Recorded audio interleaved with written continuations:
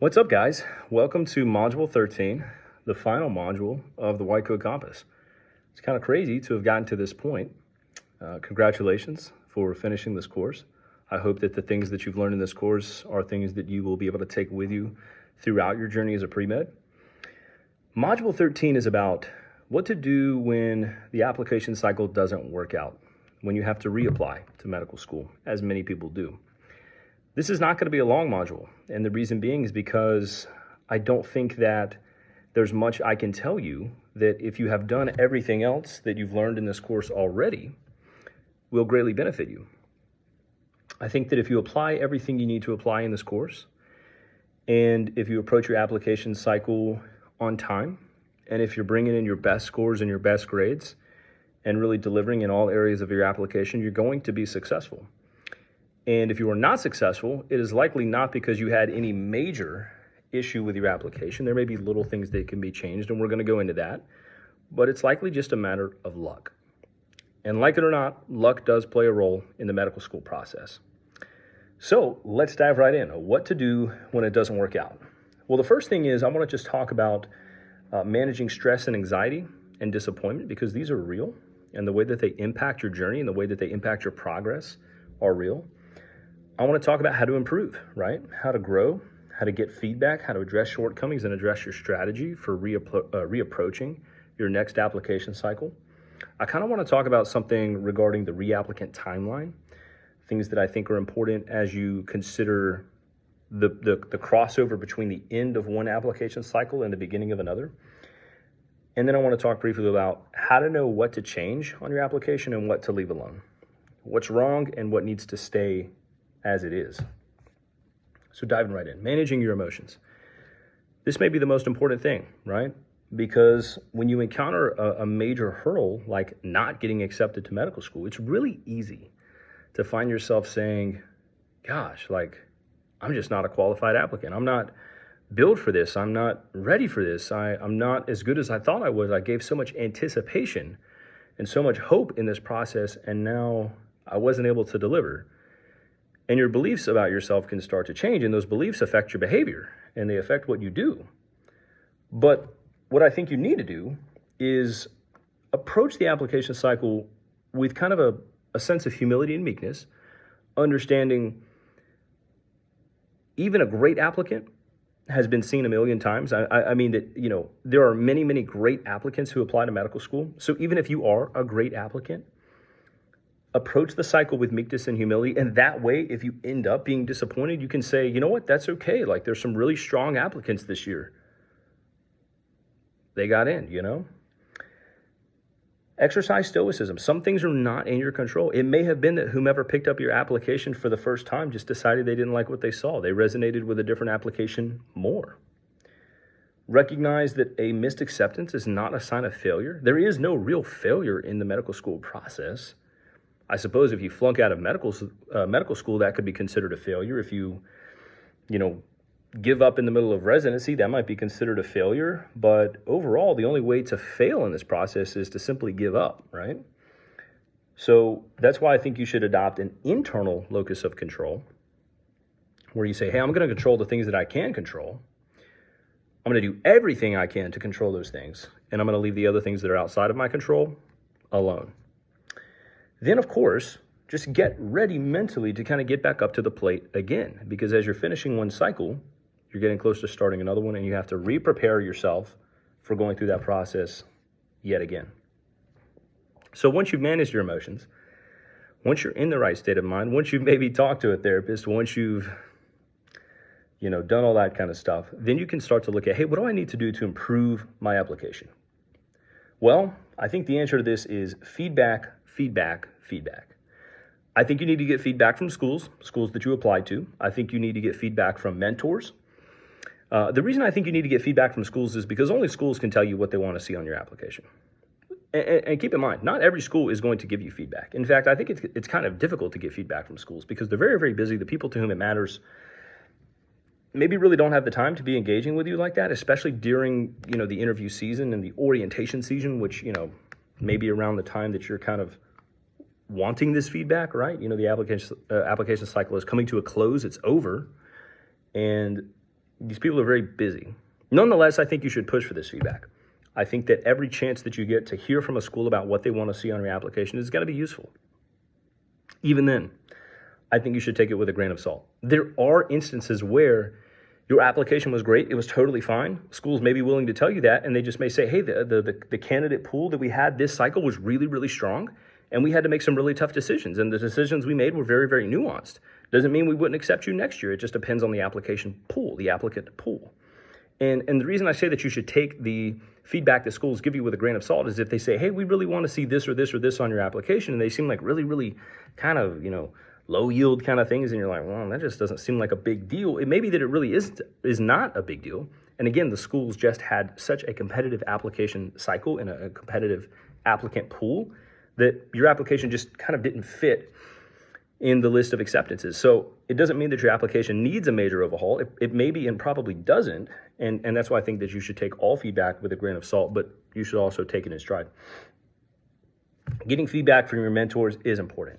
Get feedback from somebody who knows you, who knows your strengths, knows your weaknesses. See what they say. You have to be willing to accept the feedback and integrate it if it is feedback that you think is good. This is a tough process. It's not easy to figure out whether feedback is actually helpful or not, right? And so you have to go through a little bit of a process to evaluate it. But if it is good feedback, you need to be willing to accept it and integrate it into your strategy.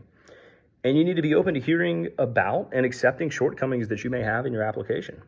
Whether these are shortcomings with your interview, whether these are shortcomings with your personal statement, whether these are shortcomings with your grades and scores, whether these are shortcomings in any area, you need to be willing to address them. And then, of course, be willing to address your strategy. Address your school list. I'll give you an example of what I mean by this when I say strategy.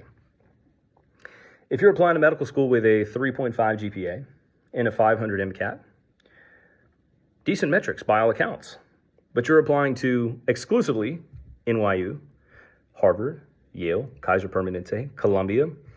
You get the idea, right? Top schools that are highly competitive, and you don't get accepted. Well, it's like, okay, what do you expect, right? Those are highly competitive schools that everybody wants to go to. It makes sense maybe that your application didn't fit the profile that those schools are looking for.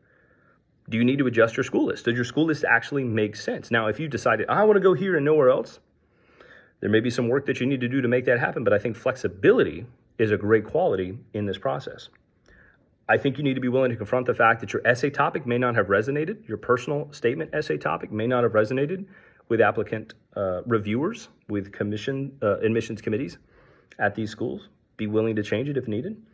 Letters of recommendation, consider, hey, did that letter writer was that like a really strong letter writer? Did they really know me?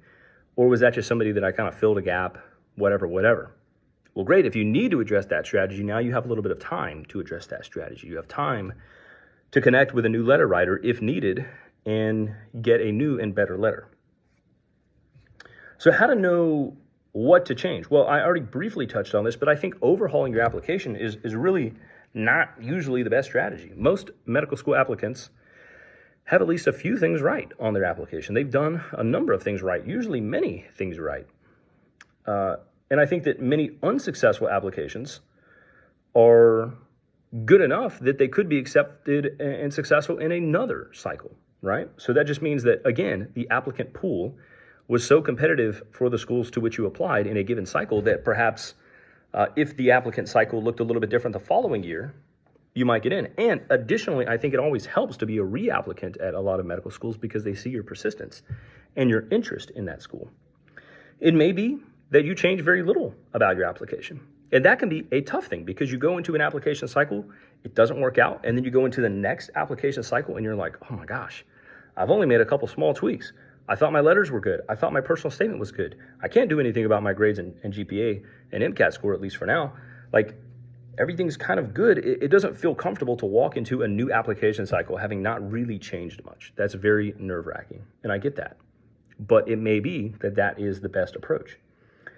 Nonetheless, regardless of how much you change your application or not, you need to consider how to spend that time off, how to spend that gap year wisely. Why?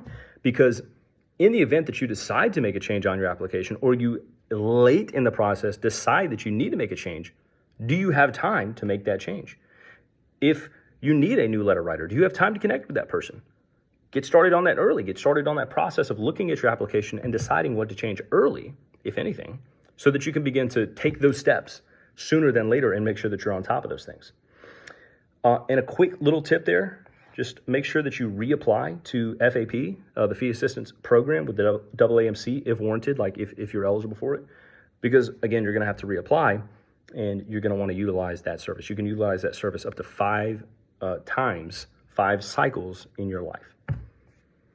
So let's talk about the reapplicant timeline. This is important, right? Because, let's say you apply to medical school in May or June. The interview season starts in, July, well, really August, September, kind of more so September, October, November. Maybe you're getting interviewed in January or February or March. Maybe you've gotten a couple interviews, but you haven't heard back. Maybe you've been waitlisted. Maybe it's February. Maybe it's March. You've gotten a couple interviews. You haven't heard back. You've been waitlisted, and you're like, oh my gosh, if I don't hear back, I need to reapply to medical school in 2 months. It's March. You got to reapply to medical school in May. And so you're like, okay, you're ending one cycle, yeah, and the cycle isn't technically over until it's really over, right? Until classes start. But a new cycle is starting. You know what I mean? And I'll give you a great example of why this is relevant. I had a peer who was accepted to one school, a school that she wasn't super interested in going to, but she was going to attend that school because she had no other choice at that time. But then my school accepted her off of a wait list the third day of our orientation. She made the switch. She came to our school because it was a school that she was more interested in. That's why I say it's not over until it's over. She never anticipated getting accepted off of that wait list. Schools need to fill their seats. They want to fill their seats. They want money, right? And a seat is money left on the table if they don't fill that seat, right? And so, again, I say the application cycle is not over until it's over. Nonetheless, you need to have a strategy to be prepared for the new application cycle. Like, she ideally would have been reapplying to medical school in May and June, even having not known that she would have gotten accepted a little bit later in August. That's how things can work out. And the point of all this is to say you really just don't have as much time as you think you have, right? Again, if it's March, you need to be reapplying to medical school in May, and then the new cycle has started. Keep that in mind. And again, I say, what was the underlying issue on your application? It takes longer to correct certain things than others. And for that reason, you need to keep this timeline in mind. If it's April or May, and you're like, oh my gosh, I need to reapply to medical school, and again, you need new letters, do you have time to get them? I can't circle this enough. Plan. Get a plan together. A plan is going to help you avoid pitfalls. Okay, moving along. Bonus number 1. Just keep swimming. I said this already. The only way to truly fail is to give up. I really think that you should consider medical education and medical training as a marathon. You can experience major setbacks and still be very successful. And I mean major setbacks. I've had some. You'd be surprised as an audience member or as a person listening to this, you'd be very surprised to hear about the setbacks that I've had. And perhaps if you contact me at some point in the future, I don't know when you're watching this, it could be in 2025, it could be in 2026, it could be in 2035, who knows? But if you end up getting in touch with me in one way or another, I'll be happy to tell you about those setbacks and encourage you. And perhaps by that time, I will be a fully trained physician and will have experienced some of that success that I think you can have in spite of those setbacks. I also say that the weight of diligence is less than the weight of regret, right? It is very hard to continue to stay on top of these different things in a medical school application, in medical training, in medical education. It's very hard to just keep doing the next thing that you got to do. But if you really want to be a physician, then you must, because you have to be diligent. Because if you don't exercise diligence, you will experience regret. And that is an important thing. I also encourage you to watch yourself talk. Don't watch yourself talk, watch yourself talk. The inner voice, the inner monologue that you have about who you are and about your beliefs about yourself, don't allow those to stumble, right? Give yourself evidence why you should believe good things about yourself and why you should believe in yourself. That's why you need to exercise diligence.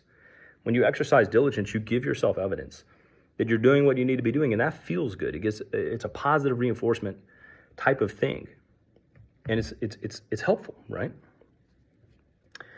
So we've kind of talked about everything I want to hit. I encourage you to stay with the process. I encourage you to, if you do want to be a physician, to just keep on swimming.